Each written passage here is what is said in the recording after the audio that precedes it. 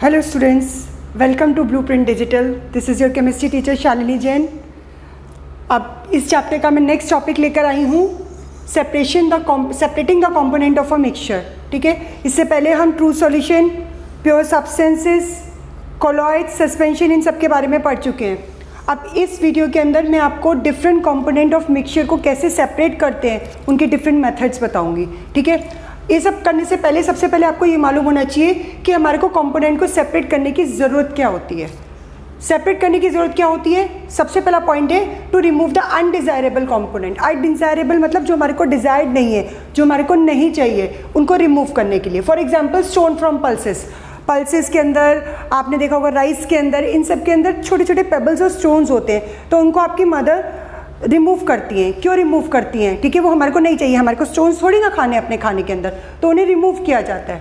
तो to remove undesirable component, इसलिए हम उसको उसमें से सेपरेट करते हैं।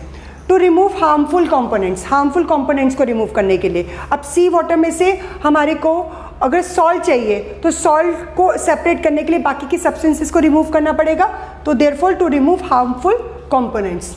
टू ऑब्टेन यूजफुल कंपोनेंट, अब यूजफुल कंपोनेंट के लिए भी, अब क्रूड पेट्रोलियम है, कच्चा तेल जिसे हम कहते हैं, ये हमारे को ड्रिलिंग करके सी से मिलता है। तो जब हम ड्रिल करते हैं तो जो क्रूड पेट्रोलियम होती है इसमें बहुत सारे कंपोनेंट्स होते हैं, तो एक काइंड से इम्प्योर सब्सटेंस है, मिक्सचर है सब चीज़ों का। तो उससे हम डिफरेंट कंपोनेंट्स निकालते हैं, पेट्रोल निकालते हैं, डीजल निकालते हैं, केरोसिन ऑयल निकालते हैं, पैराफिन वैक्स निकालते हैं, बहुत सारे सब्सटेंसेस हमारे को उसमें से मिलते हैं। ठीक है, तो that is to obtain useful component from the mixture. So crude petroleum is a mixture. Then to obtain pure sample of a substance.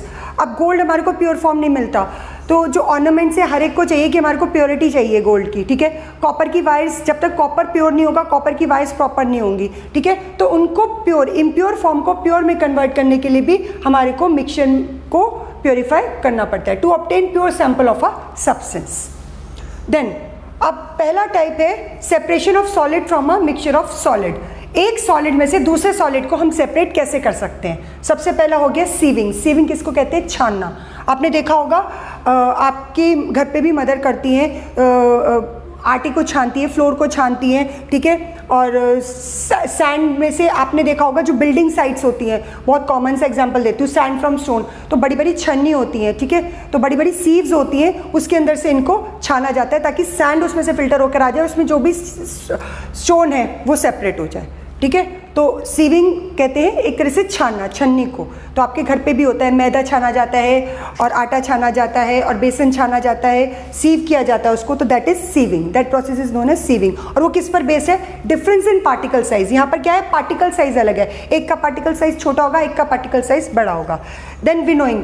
Winnowing आप डायग्राम में देख सकते हैं, आपने देखा होगा आपकी मदर, जो दादी माँ वगैरह के बारे में कुछ के घर में हुआ होगा, विनोयर होता है। विनोयर होता है जैसे उसमें से हस्क को अलग किया जाता है, गेहूं वगैरह विनो किए जाते हैं। ठीक है, तो पहले तो करते थे, अब तो किसी के पास इतना टाइम नहीं है, all have a very busy life. ठीक है, तो बट आज भी जो फार्मर्स होते हैं, फार्मर्स आप देखेंगे तो वहाँ पर भी लेडीज़ जो होती हैं वो गेहूं में से हस्क को अलग कर रही होती हैं। तो to separate husk from the grains we use winnowing. तो ये डायग्राम में आप देख रहे हो, this is winnower. Hand picking, stones, pebbles from pulses, rice. ठीक है, अब हैंड पिकिंग से मतलब हाथ से अलग करना, हाथ से एक एक। आपने अपनी मदर को भी देखा होगा, राइस में से, पल्सेस में से स्टोन्स को, पेबल्स को अलग करते हैं, या कुछ भी और भी इम्प्योरिटी उसके अंदर प्रेजेंट है तो उसको हाथ से अलग किया जाता है। तो हाथ से जिस चीज़ को हम सेपरेट करते हैं that is known as hand picking. तो ये किस पर बेस्ड है? Difference in size. Size different हो सकता है, कलर अलग हो सकता है। ठीक है, कभी कभी क्या होता है, राजमा और छोले आपस में मिक्स हो गए, ग्राम्स आपस में मिक्स हो गए, तो उनको किसके बेसिस पे? कलर के बेसिस पे, साइज के बेसिस पे हम सेपरेट कर लेते हैं। ठीक है, मैग्नेटिक सेपरेशन। मैग्नेटिक सेपरेशन में भी हम सॉलिड पार्टिकल्स, फॉर सैंड और आयरन फाइलिंग्स का मिक्सचर है। जैसे मैंने आपको एक एग्जांपल दिया था उसके अंदर कंपाउंड और मिक्सचर के, उसमें कि आयरन को और सल्फर के मिक्सचर को हमें सेपरेट करना है। ठीक है, तो कैसे करेंगे? मैग्नेटिक सेपरेशन से। मैग्नेट उसके ऊपर रोटेट कर देंगे तो सारा आयरन फाइलिंग्स जो है, आयरन पाउडर है जो उसके साथ स्टिक हो जाएगा और सल्फर वहीं पर रह जाएगा। सो मैग्नेटिक सेपरेशन के लिए एक कंपोनेंट हमारा मैग्नेटिक होना चाहिए। तो कभी भी यहाँ पर स्टील या मैग्नेट के बारे में आए, किसी मैग्नेटिक सब्सटेंस के बारे में आए, सेपरेट करने के लिए आए, तो आप इमीडिएटली आप उसको सेपरेट कर सकते हैं मैग्नेटिक सेपरेशन पे, बेसिकली फॉर आयरन। अब कभी कभी क्या होता है, आयरन की जगह पे दे दिया जाता है मेटल पीसीस को। देखिए हर मेटल जो होता है वो मैग्नेटाइज नहीं होता, तो एकदम से मेटल देखते ही आप उसे मैग्नेटिक सेपरेशन मत लिख दीजिएगा, ठीक है। एक आपकी एनसीईआरटी बुक में एग्जांपल है कि इंजन ऑयल में से आपको सेपरेट करना है कुछ मेटल के पीसेस को, तो बच्चे बहुत ज़्यादा उसमें कन्फ्यूजन क्रिएट करते हैं कि मेटल है तो ये तो इमीडिएटली हमारा मैग्नेटिक सेपरेशन से अलग हो जाएगा। No, every metal can not be magnetized, ठीक है, उसे मैग्नेट से अट्रैक्ट नहीं होता। तो कुछ फ्यू सब्सटेंसेस ही प्रॉपर्टी शो करते हैं, और बेसिकली आयरन को याद रखिए, आयरन या स्टील को याद रखिए, ठीक है। तो जो अगर एक कंपोनेंट उसमें मैग्नेटिक प्रॉपर्टी शो करता है तो हम उसे मैग्नेटिक सेपरेशन से सेपरेट कर सकते हैं। So these are the method of separating solid from a mixture of solid and solid. Okay students, next method of separation है फिल्ट्रेशन। फिल्ट्रेशन के अंदर हम क्या करते हैं, एक कंटेनर लेते हैं, बीकर है हमने यहाँ पर लिया हुआ, ठीक है। बेसिकली ये जो दो मेथड्स मैं आपके सामने दिखा रही हूँ, filtration and sedimentation and decantation, these two method are used to separate insoluble solid from liquid. Insoluble solid कौन सा होता है, जो वाटर के अंदर डिसॉल्व नहीं होता। तो इनसॉल्युबल सॉलिड को लिक्विड से अलग करने के लिए, बेसिकली सस्पेंशंस के लिए ये यूज में आता है, ठीक है। सस्पेंशन आप पढ़ चुके हैं। तो इसके अंदर हमने ये लिया सैंड एंड वाटर का सस्पेंशन लिया, जिसमें से हमारे को सैंड अलग करनी है। तो हमने ये फिल्टर फनल लिया, this is filter funnel, okay. ये जो शेप का प्लेटस है, इसके अंदर हमने फिल्टर पेपर लगाया। फिल्टर पेपर एक बहुत थिन कलर का फिल्टर पेपर होता है जो सिर्फ वाटर को अलाउ करता है यहाँ से पास होने के लिए, सैंड को अलाउ नहीं करता, क्योंकि उसके पोर्स बहुत छोटे छोटे होते हैं, very small pores are there. अब हमने इसमें सॉल्यूशन लिया इस बीकर में, ठीक है। सॉल्यूशन ये अंदर जा रहा है, आप देख रहे हो। सॉल्यूशन है किसका है, सैंड एंड वाटर का सॉल्यूशन, इसका सस्पेंशन है। इसके अंदर हमने पोर किया फिल्टर पेपर से, जो यहाँ पर बच जाएगा वो सैंड बच जाएगी, और जो ऊपर फिल्टर पेपर के ऊपर जो सब्सटेंस रह जाता है उसे हम कहते हैं रेजिड्यू, सॉलिड सब्सटेंस जो यहाँ पर रह जाता है। और जो लिक्विड यहाँ पर फिल्टर होकर आ जाता है उसे हम कहते हैं फिल्ट्रेट, ठीक है। तो सॉलिड सॉल्यूशन में से जो सॉल्वेंट होता है वो तो नीचे आ जाता है एज अ फिल्ट्रेट, और जो सॉल्यूट होता है वो ऊपर रह जाता है। सो this is how a solid insoluble solid is separate from the suspension. अब इसको हम यूज करते हैं प्रेसिपिटेट को सेपरेट करने के लिए। जब केमिकल रिएक्शंस होती है तो उसमें एक प्रेसिपिटेट बनता है, इनसॉल्युबल सॉलिड बनता है, उसे फिल्टर करने के लिए यूज कर सकते हैं। सैंड एंड वाटर का सस्पेंशन है, उसमें से सैंड को अलग करने के लिए। Then another method is sedimentation and decantation.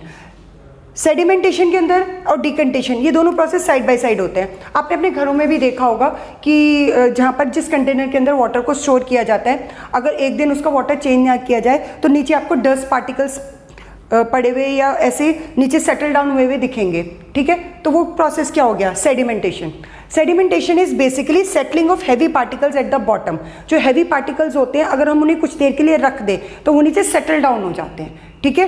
तो उसे हम कहते हैं सेडिमेंटेशन, जो कि सस्पेंशन के केस में होता है। देन डिकेंटेशन क्या होता है, जब ये सेटल डाउन हो गए नीचे, अब लिक्विड ऊपर रह गया, क्लीन लिक्विड ऊपर रह गया, क्लियर लिक्विड ऊपर रह गया, और जो सैंड के पार्टिकल्स हैं वो नीचे रह गए। फॉर एग्जांपल हम यही वाला एग्जांपल ले रहे हैं, ठीक है। सैंड के पार्टिकल्स नीचे रह गए और वाटर ऊपर है, क्लियर वाटर ऊपर है। अब हमने ये जो क्लियर वाटर है इसको हमने पोर कर दिया दूसरे कंटेनर के अंदर। इस प्रोसेस को हम कहते हैं decantation. Pouring off liquid to another container, दूसरे कंटेनर के अंदर पोर कर देना, दैट इज कॉल्ड डिकेंटेशन। और यहाँ पर पीछे रह जाएगी हमारी सैंड, तो सैंड वहीं रह जाएगी और सिर्फ वाटर इसके अंदर पोर हो जाएगा। तो क्या हुआ, सैंड और वाटर सेपरेट हो गए। यहाँ पर भी सैंड और वाटर सेपरेट हो गए। तो these two method are used to separate insoluble solid from liquid. Next method है टू सेपरेट इमिसिबल लिक्विड को सेपरेट करने के लिए सेपरेटिंग फनल। एक स्पेशल एपरेटस होता है जिसे हम कहते हैं सेपरेटिंग फनल, ठीक है। ये कुछ इस तरह का होता है, ठीक है, जैसे स्नेक के लिए बीन होती है ना, वैसे इसी तरह का होता है कुछ। तो इसके अंदर हम इमिसिबल, पहले इस वर्ड का मतलब बताता हूँ। इमिसिबल का मतलब होता है जो आपस में मिक्स नहीं होते, liquids which do not mix, liquid which are insoluble in each other, जो एक दूसरे के अंदर डिसॉल्व नहीं होते, ठीक है। इनसॉल्युबल डिसॉल्व नहीं होते एक दूसरे के अंदर, मिक्स नहीं होते बेसिकली। मिसिबल, इमिसिबल, ठीक है। तो इसके अंदर हमने for example kerosene and water, इसका हमने लिया। ऑयल और वाटर का मिक्सचर हो, बेसिकली हम इसको सेपरेट करने के लिए इसको यूज करते हैं। हमने इसमें लिया कैरोसिन और वाटर का। तो केरोसिन क्योंकि उसकी डेंसिटी कम होती है, it will float on the surface of the water and water will settle down at the bottom. हमने इसका यहाँ से स्टॉप को ओपन किया, ठीक है, तो क्या होगा, वाटर आप देख रहे हो यहाँ पर नीचे इसके अंदर कलेक्ट हो रहा है, ठीक है। जब वाटर इसका पूरा यहाँ पर लेवल यहाँ तक आ जाएगा, वाटर का लेवल यहाँ तक पहुँच जाएगा, हम इसका स्टॉप कॉक जो है वो बंद कर देंगे। अब जब स्टॉप कॉक बंद हो जाएगा तो क्या होगा, केरोसिन यहाँ रह जाएगा। इस बीकर को हम सेपरेट कर देंगे, यहाँ पर हम दूसरा बीकर रखेंगे और जितना इसमें रिमेनिंग केरोसिन है वो इसके अंदर ऐड ऑन कर देंगे। So this is how it is use to separate oil and water. Basically कोई भी ऑयल और वाटर का मिक्सचर हो, केरोसिन ऑयल, मस्टर्ड ऑयल, कोई भी आपको एग्जांपल दे रखा हो, ऑयल और वाटर को सेपरेट करना है, दो इमिसिबल लिक्विड को सेपरेट करना है, तो we use the apparatus separating funnel, ठीक है, बाय सेपरेटिंग फनल, ये याद रखिएगा।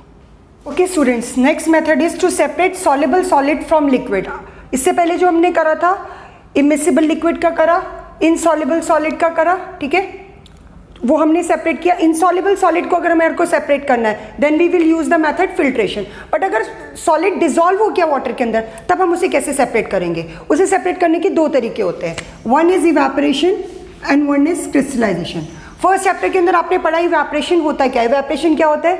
When any solid, pure solid, ठीक है ना, water evaporates and converts into gaseous form, then it is called evaporation, ठीक है।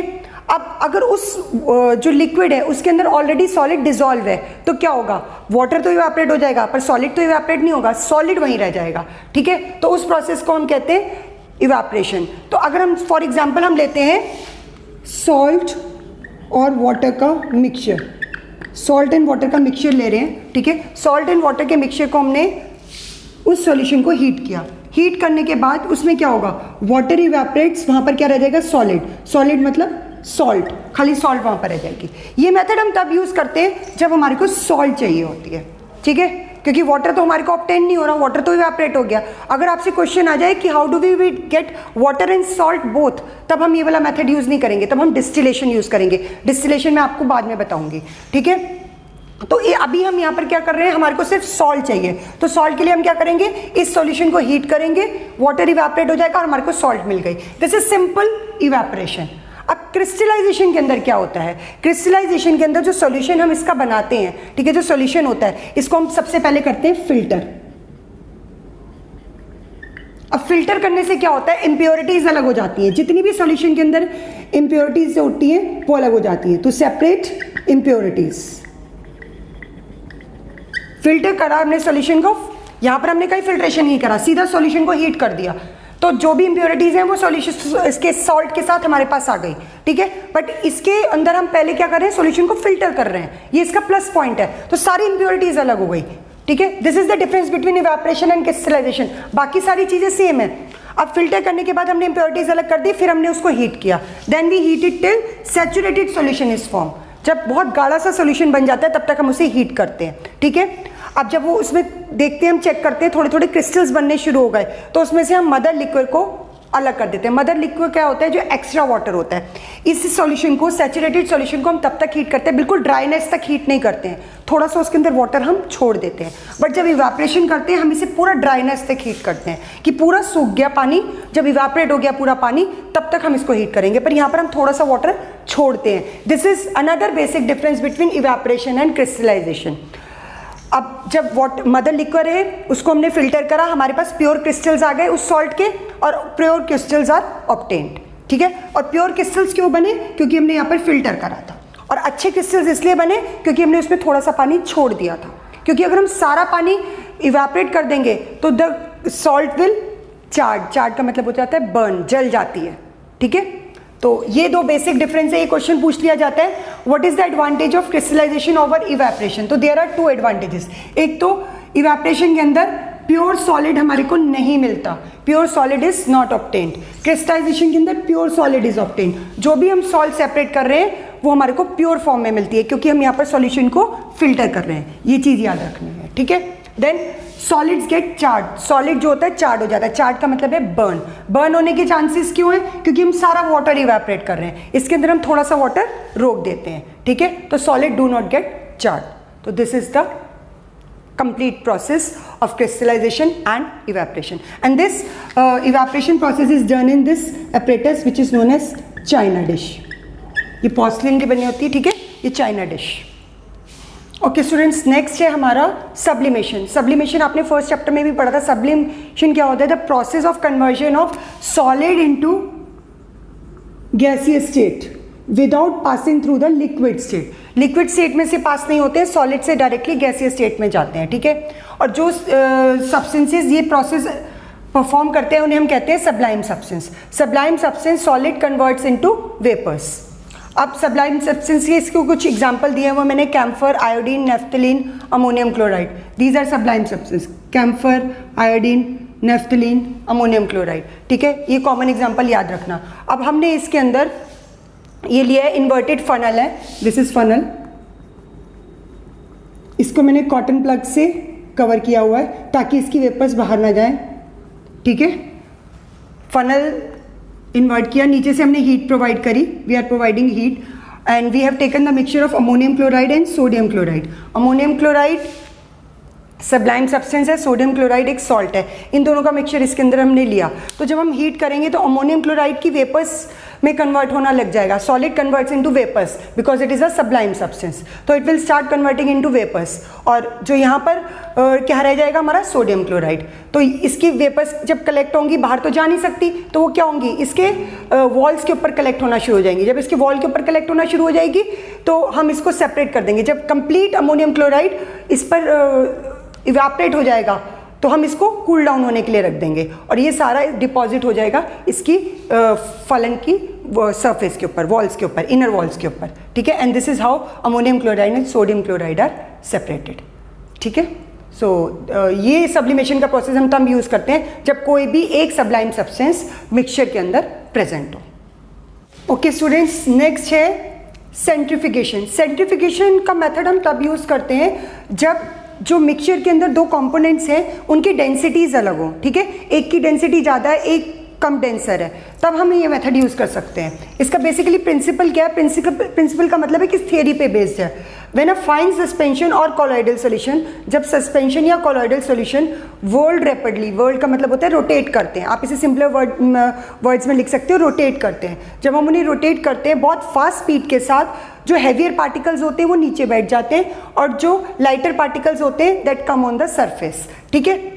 अब ये बहुत कॉमन सा एग्जांपल दे रही हूँ. आपके घर में मम्मी बटर निकालती हैं, ठीक है. आपके घर में क्रीम होती है जो उसमें से बहुत मिक्सी के अंदर उसको बहुत हाई स्पीड के साथ रोटेट किया जाता है तो बटर ऊपर आ जाता है और लस्सी नीचे सेटल डाउन हो जाती है. तो क्या है? बटर जो है वो लाइटर है, वो ऊपर फ्लोट करता है और lassi is heavy, that liquid is heavy and it settle down at the bottom. तो that is an example of centrifugation. और सेंट्रीफिकेशन मशीन क्या हुई?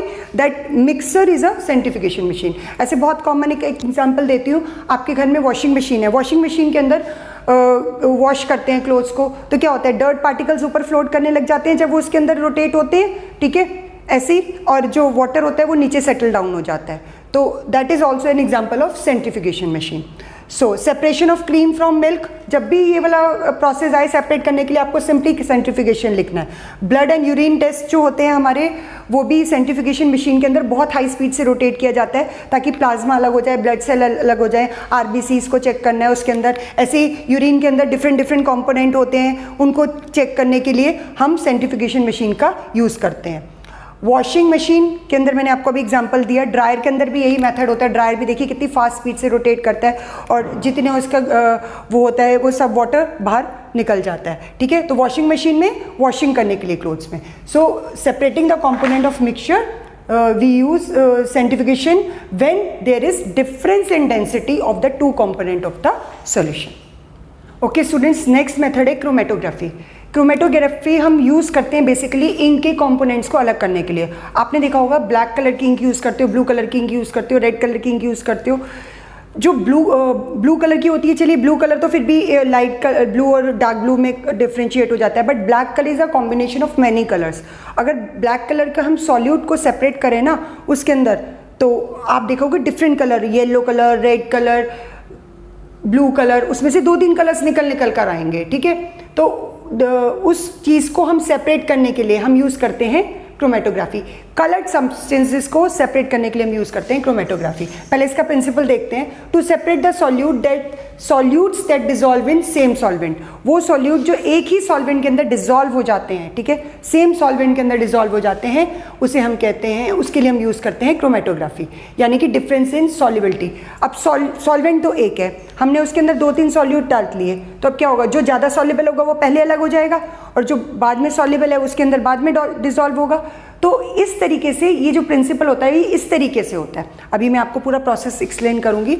अब इसके एडवांटेजेस पहले मैं आपको बता दूं। To separate the pigment from various natural colour, natural colour में से जैसे क्लोरोफिल में से लीव्स में से ग्रीन कलर अलग करना है, ठीक है, और रेड कैबिज में से रेड कलर अलग करना है। तो अलग अलग कलर्स जो हमारे को निकालने होते हैं उसको हम नेचुरल कलर को अलग निकालने के लिए हम क्रोमेटोग्राफी का यूज़ करते हैं। Pigment from various natural colour, separate amino acid from protein, protein में से अमीनो एसिड्स को अलग करने के लिए। To detect drugs content in the blood of criminal, criminal के ब्लड में ड्रग्स के कंटेंट को सेपरेट करने के लिए कौन कौन सी ड्रग हैं, क्या है, तो उसके लिए भी हम ये वाला मेथड यूज़ करते हैं। To separate dyes in the black ink, black ink के अंदर मैंने आपको बताया बहुत सारी डिफरेंट कलर की डाइज होती हैं, उन डिफरेंट डाइज को अलग करने के लिए भी हम ये मेथड यूज़ करते हैं। अब मैं आपको ये मेथड बताती हूँ होता क्या है। हम एक फ़िल्टर पेपर लेते हैं जिसे क्रोमेटोग्राफी पेपर भी कहते हैं। सपोजिंगली हमने ये लिया फ़िल्टर पेपर, ठीक है, बॉटम से 2 या 3 सेंटीमीटर ऊपर, 2 और 3 सेंटीमीटर अबव हम एक पेंसिल से लाइन ड्रॉ करते हैं।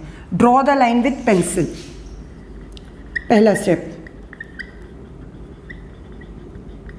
Draw the line with pencil, ठीक है। अब पेंसिल से लाइन जो ड्रॉ करते हैं उसे हम कहते हैं बेस लाइन या ओरिजिन, 2 नाम से जाना जाता है, बेस लाइन और ओरिजिन, ओके। अब क्वेश्चन आता है हम पेन से क्यों नहीं करते भाई। अब जब हम इनके कंपोनेंट को सेपरेट कर रहे हैं इस लाइन के ऊपर, और अगर हम ये भी पेन से ही ड्रॉ करेंगे तो सारे कलर्स सेपरेट हो जाएंगे और हमारे को पता ही नहीं चलेगा कि क्रोमेटोग्राफी हुई है प्रॉपर या नहीं हुई। तो हम ये वाली लाइन पेंसिल से करते हैं क्योंकि पेंसिल की लाइन जो है वो मूव नहीं करती, वो स्प्रेड नहीं होती, that is insoluble in water, ठीक है। तो इसलिए हम यहाँ पर पेंसिल से लाइन ड्रॉ करते हैं so that it will not spread along with the dyes present in the ink. अब हमने क्या करा, इसके ऊपर एक स्पॉट बनाया ब्लैक इंक का, हम ब्लैक इंक के डिफरेंट कलर्स स्प्रेड कर रहे हैं, ठीक है, एक स्पॉट बनाया ब्लैक इंक का। अब हमने इस क्रोमेटोग्राफी पेपर को डिप कर दिया सॉल्वेंट के अंदर। सॉल्वेंट हम इथेनॉल ले सकते हैं, वाटर ले सकते हैं, वाटर सॉल्युबल डाई है तो हम वो ले सकते हैं, ठीक है, बट हम इसके अंदर इथेनॉल ले लेते हैं 50% इथेनॉल का। तो हम इसका जो वो लेते हैं सॉल्वेंट, वो जस्ट इसका हाफ लेते हैं जहाँ पर हमारी बेस लाइन होती है, ठीक है। ये हमने एक जार के अंदर इसको प्लेस कर दिया, यहाँ पर इस क्रोमेटोग्राफी को फिक्स कर दिया और इसके अंदर हमने सॉल्वेंट लिया, दिस इज सॉल्वेंट, ठीक है। अब सॉल्वेंट क्या होगा, ये राइज करने लग जाएगा यहाँ पर। जब ये यहाँ तक पहुँचेगा तो क्या होगा, इसके अंदर जो अलग अलग कलर्स होंगे, हर कलर की सॉल्युबिलिटी अलग है, रेड कलर की सॉल्युबिलिटी अलग है, येलो कलर की सॉल्युबिलिटी अलग है, ब्लू कलर की सॉल्युबिलिटी अलग है। तो यहाँ से 3 कलर सेपरेट होकर आपको नजर आएंगे, 1 2 3, सपोजिंगली 3 कलर निकले या 4 कलर निकले, जो भी निकले, ठीक है, वो इस तरीके से सेपरेट। तो जो मोस्ट सॉल्युबल होगा वो पहले आएगा, वो पहले अलग हो जाएगा, फिर जो लेस होगा वो बाद में, फिर लेस फिर लेस फिर लेस, इस तरीके से, ठीक है ना। तो क्या होगा, इस डाई में से जितने भी कलर इसके अंदर प्रेजेंट थे सारे सेपरेट हो जाएंगे। This is how the different components of a mixture is separated based on the solubility, क्योंकि हर कंपोनेंट की सॉल्युबिलिटी अलग है। सॉल्वेंट हमने सेम यूज किया, इसलिए मैंने बताया to separate the solute dissolve in the same solvent. Solvent हमारा क्या है, कॉमन है, ठीक है, और ये अलग अलग हो जाएंगे। ये जो अलग होते हैं, जो इसमें से कलर्स, इन्हें हम कहते हैं क्रोमेटोग्राम्स। और जहां तक सॉल्वेंट राइज करता है, अभी सॉल्वेंट ऊपर जा रहा है, जहां तक ये सॉल्वेंट राइज करता है उसे हम कहते हैं solvent front, okay, solvent front. अब हर एक इसकी एक वैल्यू निकाली जाती है जिससे हम आइडेंटिफाई करते हैं, क्योंकि ये जो होते हैं ये पूरी एक रेंज में राइज करते हैं, ठीक है। तो हम एक सेपरेट करने के लिए इनकी RF वैल्यू कैलकुलेट करनी पड़ती है। RF value is known as retardation value.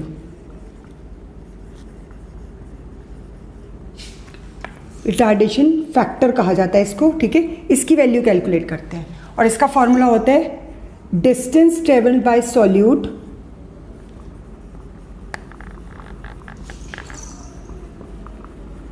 Divided by distance travelled by solvent. Okay, तो ये हो गया हमारा सॉल्यूट और ये हो गया सॉल्वेंट, ये जहां तक राइज किया। तो इसका distance divided by this distance, कहां से लेना है? बेस लाइन से, यहां से लेकर यहां तक, ठीक है।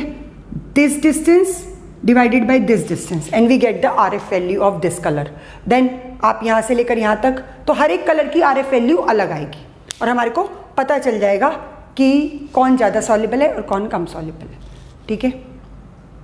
सो this is all about chromatography. इसके लिए ये ध्यान रखिएगा, बेसिकली कलर्स के लिए, डाइज के लिए, पिगमेंट्स के लिए ये यूज में आता है। ओके स्टूडेंट्स, इस वीडियो का लास्ट है ये आपका डिस्टिलेशन। इसके बाद मैं एक और वीडियो लेकर आऊँगी जिसके अंदर हम सेपरेशन ऑफ एयर का मेथड करेंगे, ठीक है। वो भी फ्रैक्शनल डिस्टिलेशन से होता है और वो भी मैं अभी बताती हूँ आपको फ्रैक्शनल डिस्टिलेशन कहते हैं। और आप separation of different component to purify water and physical and chemical changes करेंगे। तो इस वीडियो का ये लास्ट टॉपिक है, दैट इज डिस्टिलेशन। डिस्टिलेशन हम यूज़ करते हैं तब जब टू सेपरेट दो मिसिबल लिक्विड को सेपरेट करना हो, या हमारे को जैसे सॉल्ट और वाटर का सॉल्यूशन है। जब मैंने पीछे आपको बताया था सॉल्ट और वाटर में से अगर हमारे को सॉल्ट चाहिए तब हम क्या यूज़ करते हैं? क्रिस्टलाइजेशन या इवेपोरेशन। पर अगर हमारे को सॉल्ट और वाटर दोनों चाहिए, ठीक है, तब हम कौन सा मेथड यूज़ करेंगे? डिस्टिलेशन का मेथड। कैसे? अभी आप देखिएगा। ये मैंने इसका पूरा फिगर यहाँ पर ड्रॉ कर रखा है, फिर भी मैं आपको बता देती हूँ। This is fractionating column. Fractionating column is used in fractional distillation, not in simple distillation, ठीक है। अब पहले ये सारा एक्सप्लेन करने से पहले मैं आपको ये बता दूं सिंपल डिस्टिलेशन क्या होता है, फ्रैक्शनल डिस्टिलेशन क्या होता है। डिस्टिलेशन हम यूज ही दो मिक्सिबल लिक्विड को सेपरेट करने के लिए करते हैं, जो आपस में मिक्स हो जाते हैं, जो आपस में सॉल्युबल होते हैं, ठीक है। Principle difference in boiling point, क्योंकि दोनों लिक्विड का बॉइलिंग पॉइंट अलग होता है, तो जिसका बॉइलिंग पॉइंट कम होगा वो पहले बॉयल होकर सेपरेट हो जाएगा और जिसका बॉइलिंग पॉइंट ज़्यादा होगा वो बाद में सेपरेट होगा। तो this is the principal on which distillation is based. तो पहली चीज़ तो ये हो गई।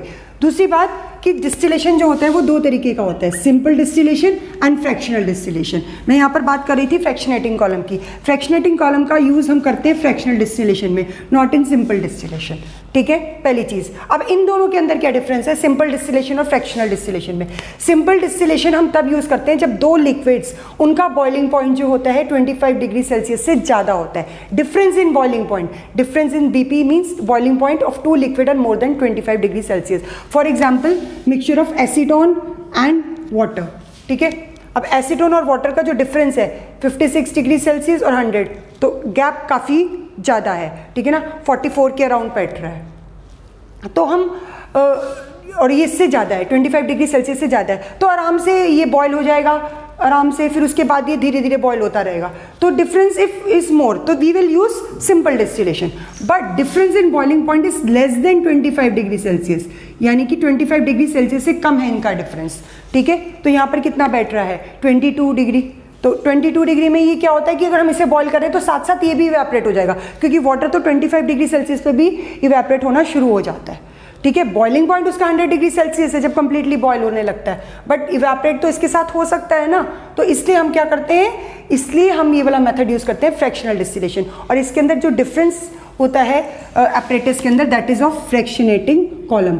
ये जो फ्रैक्शनेटिंग कॉलम है ये खाली फ्रैक्शनेशन डिस्टिलेशन में होता है, बाकी सारे एपरेटस सेटअप ऐसे ही होता है। अब मैं आपको इंपॉर्टेंट यहाँ पर बता दूँ, ये हमारा फ्लास्क है, ठीक है, राउंड बॉटम फ्लास्क। इसके अंदर हमने mixture of water and ethanol लिया है। ये जो आप देख रहे हो ये apparatus, this is fractionating column. Fractionating column का यूज़ क्या होता है वो भी मैं आपको बताऊंगी जब हम इवेपोरेट करेंगे। ये कंडेंसर होता है, लिबिक कंडेंसर कहा जाता है। ये डबल ट्यूब होती है इस तरीके की, ठीक है, ये एक ट्यूब है, इसके बाहर एक और ट्यूब है। तो ये जो इनर ट्यूब होती है इसके अंदर से जब वाटर की या जिस भी लिक्विड की वेपर्स इसमें से पास होती है, तो इसके बाहर वाली जो ट्यूब होती है इसके अंदर कोल्ड वाटर सर्कुलेट करता रहता है।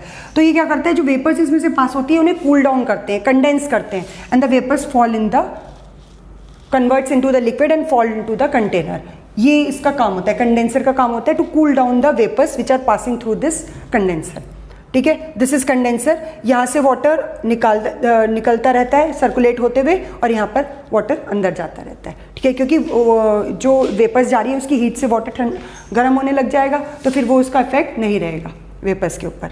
तो let's start with the process. अब मैं आपको फ्रैक्शनल डिस्टिलेशन बता रही हूँ। सिर्फ डिफरेंस होता है फ्रैक्शनेटिंग कॉलम का, जो सिर्फ फ्रैक्शनल डिस्टिलेशन में होता है, सिंपल डिस्टिलेशन में नहीं होता।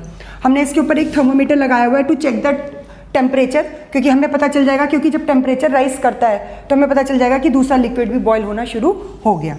तो हमने इसके अंदर मिक्सचर लिया है वाटर और इथेनॉल का। वाटर और इथेनॉल का, इथेनॉल का बॉइलिंग पॉइंट है 78 डिग्री सेल्सियस और वाटर का बॉइलिंग पॉइंट होता है 100 डिग्री सेल्सियस। अब हमने इसको हीट करना शुरू किया। We start providing heat, heat होना शुरू हुआ, इनकी वेपर्स राइज करेंगी। ठीक है, तो पहले वेपर्स राइज किसकी करेंगी? इथेनॉल की, क्योंकि इथेनॉल का बॉइलिंग पॉइंट है 78 डिग्री सेल्सियस। अब जब वेपर्स राइज करेंगी वो इस फ्रैक्शनेटिंग कॉलम के अंदर जाएंगी। अभी फ्रैक्शनेटिंग कॉलम का काम क्या होता है? कभी कभी क्या होता है, इसके साथ साथ वाटर की भी वेपर्स इसमें राइज होने लग जाएंगी। ऑब्वियसली बॉइलिंग पॉइंट इतना कम है, तो ये फ्रैक्शनेटिंग कॉलम क्या करता है, जिसका बॉइलिंग पॉइंट ज़्यादा होता है, इसका ये increases the surface area for condensation. तो वेपर्स जो इसकी राइज कर रही होंगी वाटर की, वो कंडेंस होकर वापस नीचे आ जाएंगी। ठीक है, तो इसका काम ये होता है। इसके अंदर ग्लास बीड्स होते हैं फ्रैक्शनेटिंग कॉलम के अंदर। ये जो आप राउंड राउंड देख रहे हो, दीज आर ग्लास बीड्स। जैसे मार्बल्स होते हैं ना, वैसे ग्लास बीड्स होते हैं। तो ग्लास बीड्स जो होते हैं वाटर की वेपर्स को कंडेंस करके वापस भेज देते हैं, और सिर्फ इसमें से इथेनॉल की वेपर्स पास हो सकती है। तो जब वो इसमें से पास होती है तो यहाँ पर कंडेंसर लगा हुआ है। ठीक है, इस कंडेंसर में से वेपर्स पास हुई और ये जो वाटर है ये इसको कूल डाउन करेगा। ठीक है, और ये कन्वर्ट हो जाएंगे लिक्विड में and it start collecting ethanol.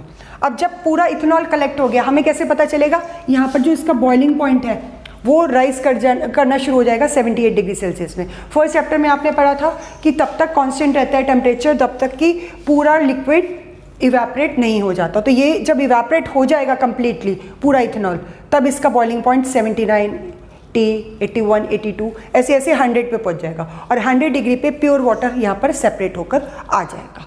इस मेथड से हम बहुत सारी चीज़ें कर सकते हैं, जैसे कि सॉल्ट एंड वाटर का। मैं आपको फिर से बता रही हूँ, सॉल्ट एंड वाटर का मिक्सचर है। अगर आपको खाली सॉल्ट चाहिए तो we will use the method crystallisation. अगर हमारे को सॉल्ट भी चाहिए या फिर वाटर के लिए भी बात हो रही है, तब हम क्रिस्टलाइजेशन नहीं करेंगे, क्योंकि क्रिस्टलाइजेशन के अंदर तो वाटर इवेपरेट हो जाएगा। तो हम ये वाला मेथड यूज़ करेंगे। ठीक है, फ्रैक्शनल डिस्टिलेशन। तो इसमें क्या होगा, सिंपल डिस्टिलेशन भी कर सकते हैं इसके लिए, तो क्योंकि सॉल्ट बॉयल नहीं होगी, तो वाटर इवेपरेट होके कंडेंस होके सेपरेट हो जाएगा, और सॉल्ट कहाँ रह जाएगी? यहीं इसी कंटेनर के अंदर रह जाएगी। ठीक है, ये हम यूज़ करते हैं टू सेपरेट, फ्रैक्शनल डिस्टिलेशन का method to separate different gases from air. Air से डिफरेंट गैसेस को सेपरेट करने के लिए। ठीक है, ये मेथड यूज करते हैं। Different fractions of petroleum, petroleum के डिफरेंट फ्रैक्शंस को कलेक्ट करने के लिए, ऑफ पेट्रोलियम, उनको सेपरेट करने के लिए। ठीक है ना, पेट्रोलियम के अंदर क्या क्या प्रेजेंट होता है? पेट्रोल, डीजल, केरोसिन ऑयल, इन सबको हम सेपरेट करने के लिए भी ये वाला मेथड हम यूज़ करते हैं। तो these are the main advantages, ये याद रखिएगा। पर ये जो मैंने आपको एग्जांपल बनाया, इसमें बहुत ज़्यादा गलती करते हैं बच्चे। सॉल्ट करनी है सेपरेट तो क्रिस्टलाइजेशन, वाटर करना है सेपरेट तो distillation. Okay, so this is the complete. और अगर आपको सिंपल डिस्टिलेशन का डायग्राम आ जाता है तो आप यहाँ पर ये थर्मोमीटर लगा हुआ है, खाली यहाँ पर आप सीधा थर्मोमीटर फिक्स कर दीजिए। This is thermometer. थर्मोमीटर हम यूज़ कर रहे हैं टेम्परेचर मेजर करने के लिए। जो वहाँ पर हमारे को फ्रैक्शनेटिंग कॉलम नहीं दिखाना, सिंपल डिस्टिलेशन में फ्रैक्शनेटिंग कॉलम नहीं दिखाना, बाकी एपरेटस सेटअप यही रहेगा, और आप एग्जाम्पल कोई और ले सकते हैं। ठीक है, so this is complete distillation. Okay students, मैंने सेपरेशन जो था उसके डिफरेंट कंपोनेंट ऑफ मिक्सचर्स के आपको जितने भी मेथड्स थे सारे कवर अप कर दिए। अब आपका सिर्फ रह गया प्योरीफिकेशन ऑफ वाटर के methods, separation of different component of air, और साथ में फिजिकल एंड केमिकल प्रॉपर्टीज़, जो मैं अपनी नेक्स्ट वीडियो में लेकर आऊँगी। आई होप आपको ये वीडियो पसंद आई होगी और सारे कॉन्सेप्ट्स आपके क्लियर हो गए होंगे।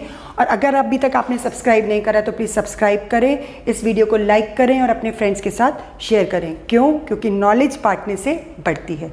Bye, see you, have a nice time, take care.